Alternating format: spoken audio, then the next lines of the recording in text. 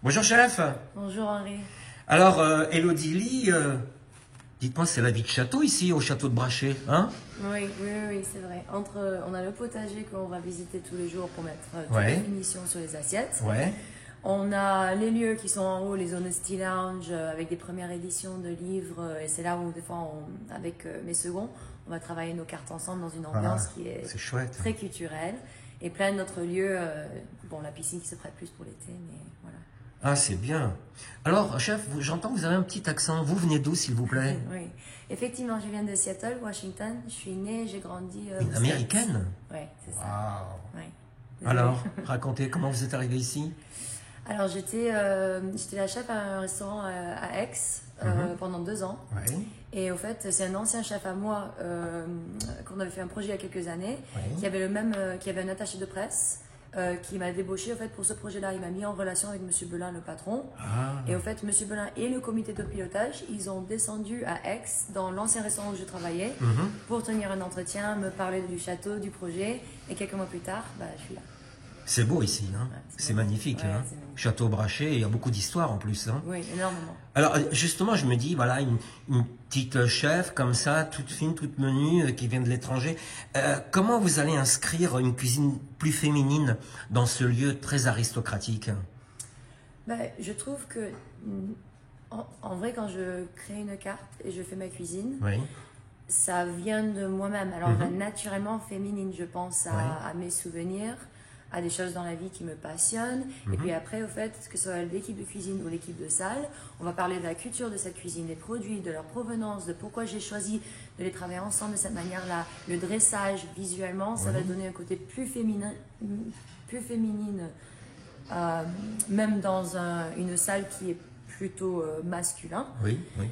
Et je trouve que quand le travail il est sincère, ça vient d'une femme, naturellement, on n'a pas trop à l'imposer ou le forcer. Le projet, au fait, il va suivre cette énergie-là, qui est, oui, effectivement, plus féminine. Bon, super, chef. Alors, vous avez plutôt une formation business, hein? Et donc, je me dis, tiens, passer du business à la cuisine, est-ce que ça permet de mieux gérer les achats, le food cost et tout ça? Oui, absolument. Juste soit une cuisine, soit un restaurant en entier. Oui, ça aide à donner une perspective à part juste être un chef qui cuisine, qui est au passe, qui envoie. Ça me donne une vision, on va dire, 360 sur le restaurant, sur mon équipe de salle, sur les ventes. Et moi, ce que j'utilise pour pouvoir que travailler des produits nobles avec des super fournisseurs, c'est que moi, je travaille du zéro déchet. Alors, il n'y a rien qui part à les poubelles, sauf du papier, du plastique, de l'emballage. Parce que nous, on ne peut pas rentabiliser nous-mêmes. Ça va finir dans le potager. Et ainsi, même les graines de café, nous, on va les utiliser pour les mettre à côté des fleurs. On a des jolis jardins ici au château. Et du coup, ces graines de café vont aider un peu la végétation. Et en travaillant un peu plus éco-responsable, éco-durable, d'une manière, on va dire, oui, on utilise ce côté du cerveau qui est plus business, au fait, on voit que le fonctionnement du restaurant, il change. Et avec un perspective un peu plus global, on va dire. D'accord, d'accord. Alors, au fait, comment vous trouvez le terroir savoyard? Il y a beaucoup de produits, hein? C'est vrai? Oui, Alors oui. quoi, charcuterie, fromage? Tous les champignons, moi, c'est les poissons d'eau douce qui m'ont vraiment... là, je me régale avec. J'aime beaucoup le terroir. Bizarrement, le terroir, il est très parallèle avec Seattle, d'où je viens. Oui. C'est un terroir qui est... le climat, c'est très moite, il y a beaucoup d'eau douce, il y a beaucoup de forêts, c'est très dense dans les alentours, les montagnes. Et du coup, la truite fario, la perche, nous, on a des variétés différentes. Mais c'est très parallèle en produits. Et du coup, pour moi, c'est un vrai régal. Non, c'est incroyable. Et alors, votre travail, Elodie, est-ce que c'est plus fusion ou tradition? C'est les deux. Expliquez.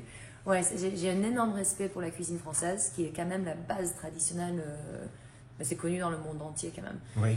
Alors, c'est pour ça que j'étais venue il y a 7 ans. Et j'ai passé énormément d'années pour travailler pour des chefs qui sont vraiment très forts et très imbibés dans la culture de la cuisine française.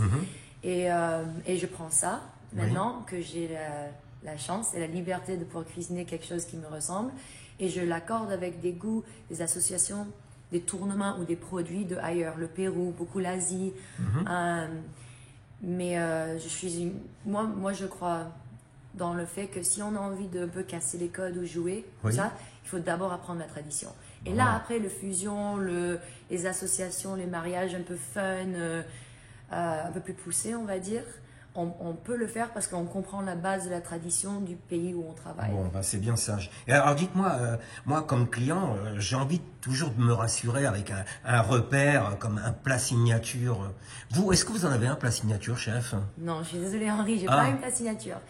Après, j'ai des choses qui suivent mes cartes en perpétualité que le clientèle en plusieurs projets commence à m'en parler et Comme. c'est là où j'ai capté que c'est ça qui est signature. Oui. Du coup, sur chaque carte, peu importe la saison, j'ai toujours au moins un bouillon ou un soupe qui vient de l'Asie qui moi me réconforte. Alors que ça peut être un tom yum de Ah, Thaïlande, sympa. un laksa de Singapour, peu importe ce que c'est, ce genre de, pour moi c'est un goût qui est très réconfortant, comme un bouillon ramen, un peu umami. Ah, Et je sais que d'accord, moi, d'accord. ça me rappelle les soupes de nouilles que mon papa il me faisait quand j'étais petite.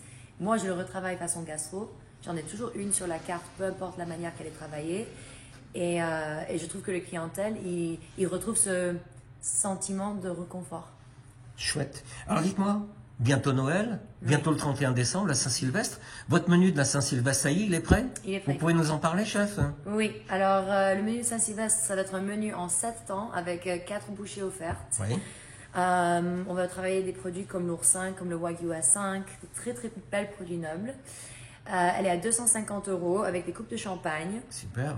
On aura quelques animations, on est en train encore de caler les détails.